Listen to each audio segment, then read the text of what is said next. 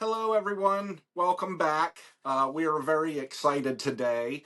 Uh, we have just reviewed a book called Salt of the Earth by Miss Janet Pfeffer Vignola with Margaret Pfeffer Pfaff, which was released in 2016.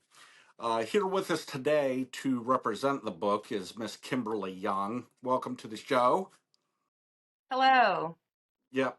So, Miss Young, there are so many details with this book. When we first started conversing about it, I was like, "This is absolutely a story that needs to be told everywhere it can be told." So we are very excited to establish this connection with you. So, in a nutshell, if you could explain to the audience how you're connected to the book, and then actually give just a brief summary of the book, just to get us Sure. started. Absolutely. Well, first, I just want to thank you for the opportunity to tell my grandparents' story. So, The Salt of the Earth is my grandparents' survival story. It is written by my aunt Janet, who is Janet Vignola, and my mom, who is Margaret Pfeffer Pfaff. So, The Salt of the Earth is, like I said, the story of my grandparents. They did not go to a concentration camp. A lot of people assume that all Holocaust survivors did go through that experience. Thankfully, my grandparents were spared that, although many of our family members were lost in concentration camps. So, my grandparents were 15 at the time that they met on the Kinder transport. Not a lot is I don't think a lot of people know about the Kinder transport, but over 10,000 Jewish refugees were saved that way. And that is how my grandparents met. So they met when they were 15 and they went to England outside of London. So that was where they first met, although they were married when they were 19 and 20 years old in London. But that is how their story began. Yeah, and it's such an incredible story. I was just blown away at a couple of things. Number one, just some of the miraculous events in there to bring us to present day to actually have this conversation about the story. Um, and that there were quite a few things in there. I really enjoyed the story of Hans and Esther. That the how it was written, it brought uh, such a history through each decade. It was so Yeah. detailed and so emotional. It was just a fantastic read. We were thrilled and very highly recommend it. Um, so, if you don't mind, in fact, there were a couple of passages that really struck us. If you don't mind, if I read Sure. a couple of the paragraphs. Uh, Absolutely. yeah, so this was towards the beginning, actually, uh, when the concentration camps had begun. The Nazis had completely taken over Germany, and there was the story of Roselle, and My Aunt she, Rosal. yes, yes, yep, and there was a segment in here. Um, that just really stuck with us. I'm going to read it right now. Russell's life, spared in this remarkable way, is a powerful reminder that under the uniforms and beneath the propaganda, rhetoric, and fear mongering, some people could and did maintain their humanity. How deep did this humanity run in this soldier? This time, deep enough. This man put himself at great risk by saving a Jewish child who had already been rounded up. In this regime, questions were not asked. Men who were deemed not to have followed protocol, and particularly those who tried to help Jews, were immediately shot, and almost always their families were as well. This known threat kept most soldiers of Hitler's government obeying orders. So that segment there, that was one of the segments I was alluding to. How just one simple twist of fate, or you know, Yes. one piece of a change of history can change someone's life in an instant. And it whoever that soldier was that hit her and allowed her to escape, uh, you know, bless them. That there are Yeah. decent human beings out there for sure. Yeah, and There I was think that's one of the remarkable parts of their survival story is the kindness from strangers who's at times you would least expect it. correct, yes. Uh, Now there was also a second passage which I thought was just absolutely phenomenal, and this was a quote from Margaret. And bear in mind that to the audience here, this was actually written in 2016, but it's so poignant today that it just speaks volumes. Um, so there's a on page 82, there's a quote from Margaret that says, "America is a country of immigrants. There are some who came generations ago, of course, and so their immigration is ancient family history, and some who are very recent immigrants. This country has struggled mightily on how to handle immigration, and the dialogue continues to this day. The authors only speak on behalf of their parents, not only because this is their story, but because it is the story that we know intimately. Coming to America took great courage, spirit, and hope. It took moxie, which mom had in spades. It also needed distance between their interrupted childhood and what will become the rest of their lives. America was a place of hope, of opportunity, of possibilities." And then I'm going to skip ahead. There was another paragraph in the same quote, and even above all of that, where they could feel safe.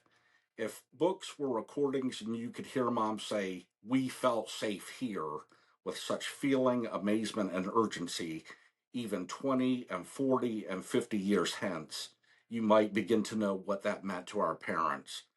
The world had conspired to take away their parents, their siblings, their communities, their youth and innocence.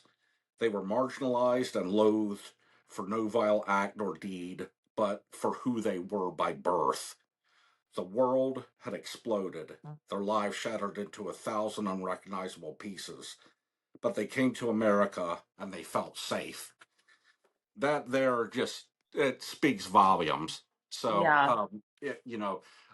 again, we were just so excited to meet with you. It's such a heavy emotional read, and the what once you started tracking them through the 50s and the 60s, um, it made just those. There was always hardships along the way, but Right. just to show, the mid 30s and early 40s. I mean, a lot of what they went through paled in comparison to that period. But if I could get anything from that book, it's definitely, in this time period, we have so much to be thankful for, and we should never forget. History always has a it seems to be cyclical. It does repeat itself often, and so this is a powerful story that I'd like to get out, to help prevent, the such hatred and such violence that seems to spring up every few decades. So the again, just an absolutely powerful book, and we highly recommend it. Um, Now, with the passages I just read, it really doesn't do the book justice. But do you have any favorite passages or paragraphs that you'd like to read for the audience?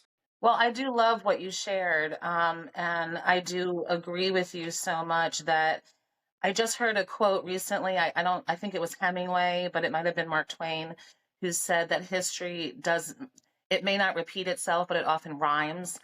And I think that that's very true. I think that, and my family has said, recently, if there's any blessing to my grandparents not being with us anymore, it's that they're not witnessing what's happening right now, because I don't think they ever would have expected, the recent events with Renee Good and Alex Peretti just really echo what they went through. So thank you for asking. I do have a passage that I would that I would love to share, and it's something that I so one of the opportunities that I've had, which is I think how you and I connected, was that I do share the story. I'm a middle school teacher. I'm a sixth grade English teacher, and in the middle school where I teach, the eighth graders read a book called Night by Elie Wiesel, and I'm invited to speak to the eighth graders to share the story. And I think it really puts in perspective for the eighth graders what my grandparents went through and what a lot of refugees went through, because they were the same age as eighth grade. My grandparents did not receive an education past eighth grade.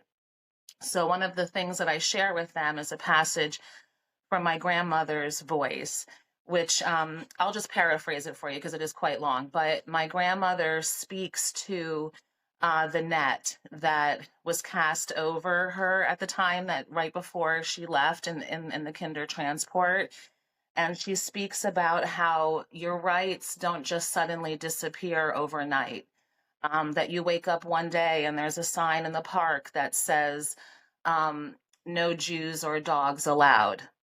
And all of a sudden you're compared to an animal and you're not allowed to play in the park. So that's one of your rights that's slowly taken away. The day after that, my grandmother would knock on the door of her friend's house and ask to play. And my grandmother was Jewish and her friend was Christian. And the mother said, no, my daughter is not available to play. So my grandmother realized that certain friends were being cut off from her. And that was another right that was taken away. So my grandmother talked about the net that would close in. And it wasn't just that you woke up and your life was drastically different, but you woke up every day and something was a little bit different. You couldn't count on the media anymore because of the propaganda that was in the media, was being controlled about what you were allowed to have access to or not. So I think that's something that rings very true today. And I couldn't come right out and say it to the children at school because we have to be very careful. We're told that we can't um, be indoctrinating anyone. And some of the kids ask very poignant questions about what is happening. And I just say very general things like, please get your information from multiple sources. And please, when you're 18, my grandmother always talked about the importance of exercising your right to vote and how that was your responsibility as an American citizen. So that's the thing that I leave them with is please make sure that you exercise your right to vote in every election because your voice does matter. And my grandmother, both of my grandparents, for many years referred to themselves as being stateless because they didn't belong to Germany anymore when they were in London, and they were not citizens of England. So they couldn't vote, they couldn't participate or have a voice in anything that was happening around them. And it wasn't until they became American citizens that they were not stateless any longer. They belonged to a nation and that they could exercise their right to vote. And that was something that they never took lightly. So all of these, I think, um, this history is leaving because the survivors are dying, and um, that's why I really appreciate this opportunity to share this story because it is, it's very emotional and it's very taxing to go through it. It took me as you mentioned, the book was written in 2016. I didn't read it till last year, till my son was an eighth grader. And I was asked or given the opportunity to speak. And I thought, I really need to read the book. I knew it was going to take a lot emotionally to read it, and it sure did. But, now I feel like it is my honor and my duty to share their story. So, Yeah. again, thank you for this opportunity. Absolutely, and we're just so glad that you are doing that. That's tremendous story. It absolutely had to be shared. So it was an honor to be able to speak with you regarding this. So speaking of the book, I have a copy here myself. We're also going to show pictures of it. There's a we actually saw a picture of you in the book that, if you don't mind, in the family photograph, we'd like to share that as Yeah, well. Yeah.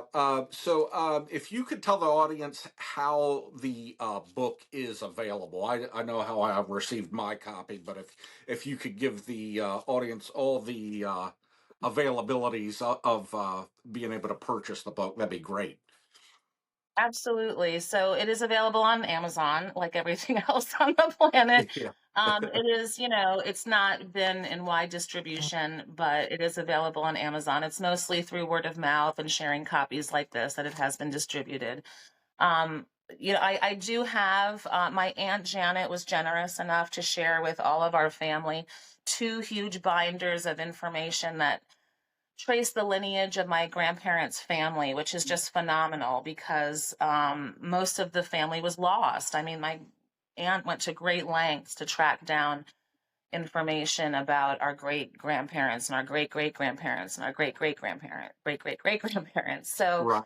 a lot more went Yeah. into this than it looks, but it is a phenomenal story and one that I'm definitely inspired to Yeah. share and tell. That was the other impressive thing about it, not just the powerful emotions, but the research that went into it. Being able to For track sure. down the addresses where they lived in England, and I mean, it was so detailed, just an incredible compilation throughout the decades. So we have very much enjoyed it, and like I said, it was an honor to be able to speak with you regarding that book. At this point, we're winding down. Kimberly, is there anything else that you would like to add? What we'll do is we'll have a brief conversation once we stop recording here. But if there's Okay. anything else you'd like to tell the audience, now is your time. Okay. I guess the main thing I would just like to share seems kind of obvious, but my grandparents' greatest accomplishment, you mentioned the family picture, is the family that has grown. And that they had three daughters. My grandparents ended up having a wonderful life. They ended up moving to the Bronx and then moving to upstate New York, where they raised their daughters. And all of us have been college bound and have been very successful. Um, so that was my grandparents' greatest accomplishment. They always said was their family, and it is our honor to share their story. That's fantastic. So with that, we'll wind down the interview. Thank you so much, Kimberly. Fantastic conversation, fantastic book, Thank you and so much. we will do our best to promote it.